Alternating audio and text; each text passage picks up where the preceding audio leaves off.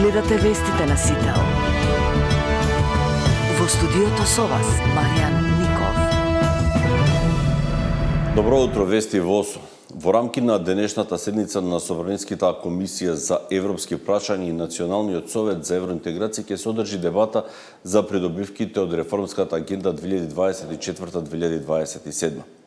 Целта е да се презентираат и дискутираат со пратениците придобивките од реформската агенда 2024-2027 со фокус на можностите за забрзување на процесот на интеграција во Европската унија и зајакнување на клучните институции.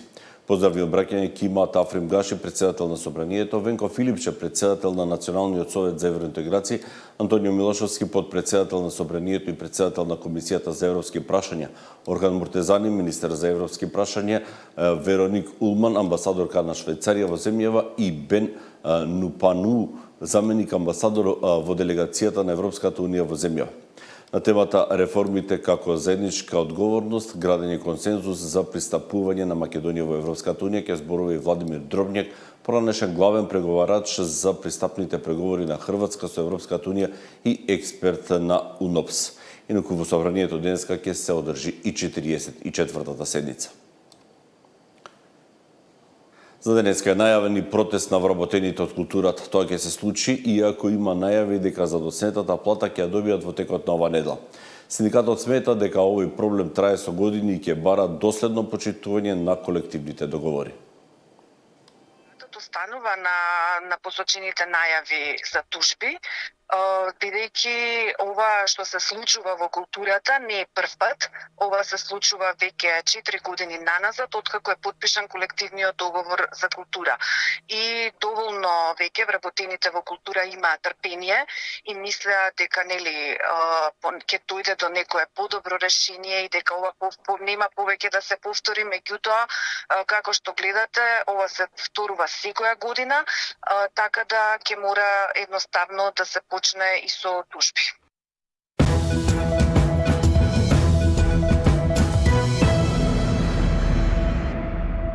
На 89 години вчера утрото почина папата Франциск, поглаварот на Римокатоличката црква.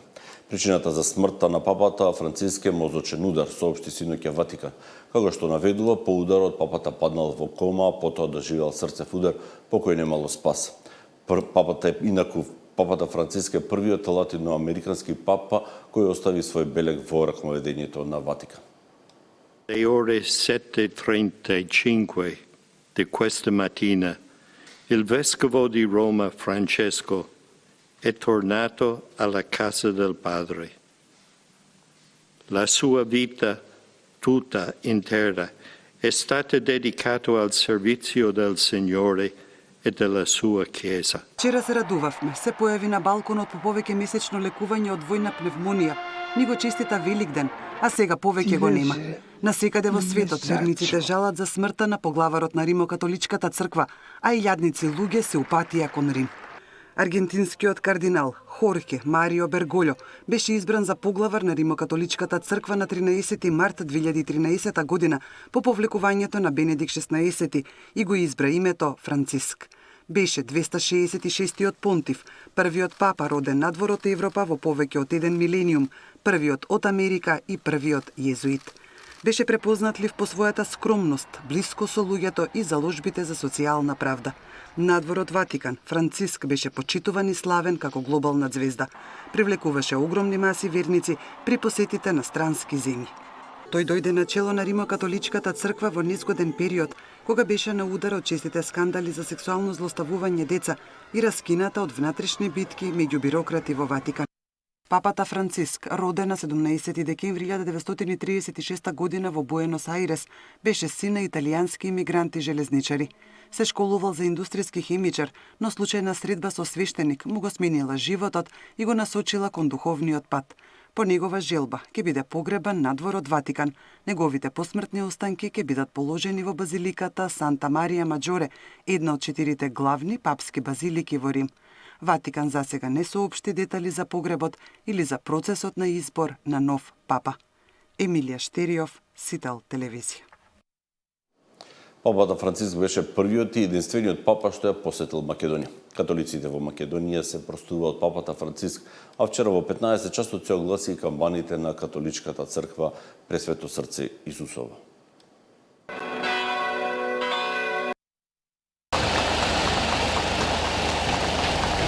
Папата Франциск беше единствениот кој ја посетил Македонија. Во 2019-та дојде во Скопје и ја посети католичката црква.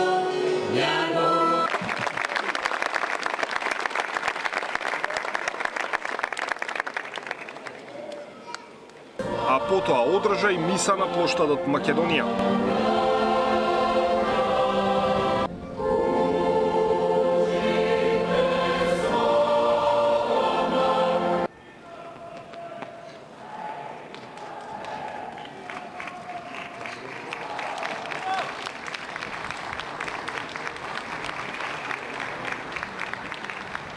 Скопскиот бискуп и струмичко-скопски епарх монсиньор доктор Киро Стојанов упати писмо до сите парохии и монашки заедници во Македонија. Благодарни сме на Бога за неговиот понтификат, кој на негов својствен начин го покажуваше постојано милосрдното лице на Отецот, а посебно беше глас на сиромашните и маргинализираните.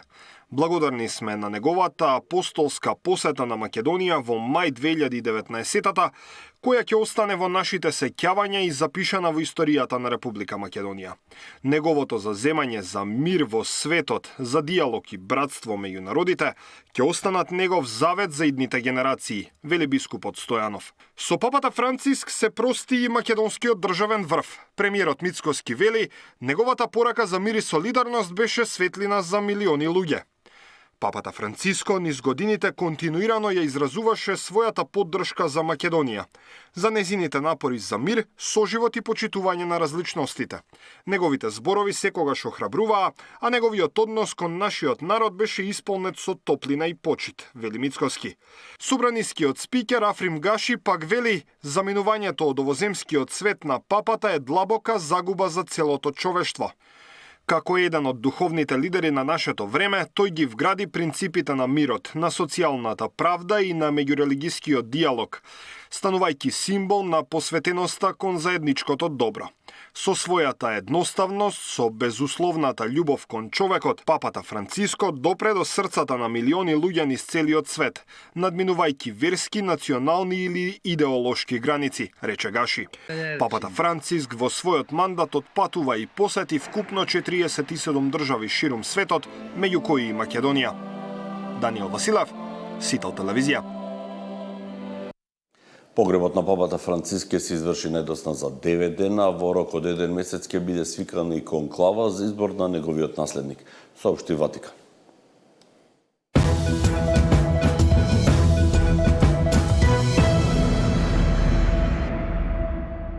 Грчките и бугарските европратеници со стотици амандмани на извештајот на напредокот на Македонија, на што се фокусираат, кои моменти ги оспоруваат и што содржи предлогот на извештајот на Томас Вајц.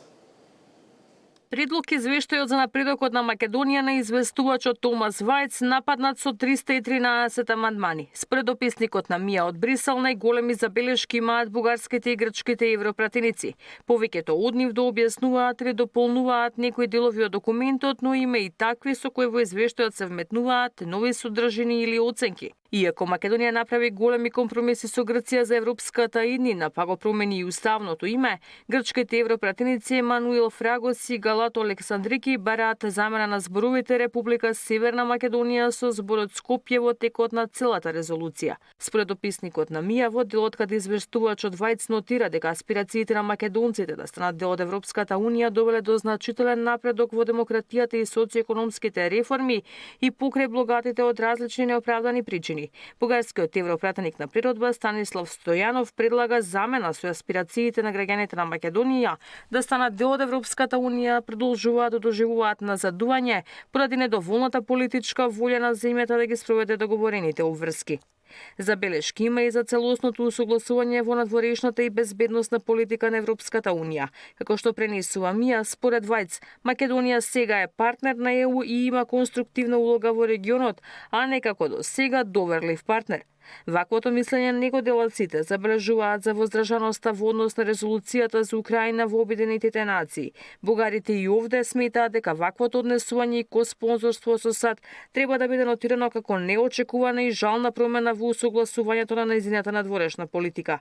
Во однос на уставните измени, авторот на извештајот барал наместо првичната верзија каде стои дека Македонија треба да ги усвои неспроведлените уставни измени во согласно со нејзините заложби, за да можат брзо да започнат пристапните преговори, да стои веднаш да започнат преговорите. Неколкумина бугарски европратеници предлагаат и вметнување на содржини со кои се споменува потребата од внесување на бугарите во уставот и почитување на правата на припадниците на бугарското малцинство, додека грците Фрагос и Александрики бараат целосна замена на овој член со текстот, дека се забележува дека на Скопје на ниту еден начин не ги презел неопходните чекори за пристапување кон ЕУ и усогласување со европската надворешна политика, а и повикува на итен прекин на пристапните преговори. Измени се бараат и за планот за раст, реформите, борбата против корупцијата, општествената поларизација и човековите права. Во однос на трагедијата во Кочани, во извештајот се повикува на темелна и транспарентна истрага за самиот инцидент и одговорните да бидат повикани на одговорност. Изјаснувањето по предложените амандмани и по самиот предлог извештај за земјава од страна на членовите на АФЕТ е предвидено за 13 мај. Ивана Соколовиќ, Најдова, Сител телевизија. Вестите завршија, следното издание во 9 часот. Пријатно.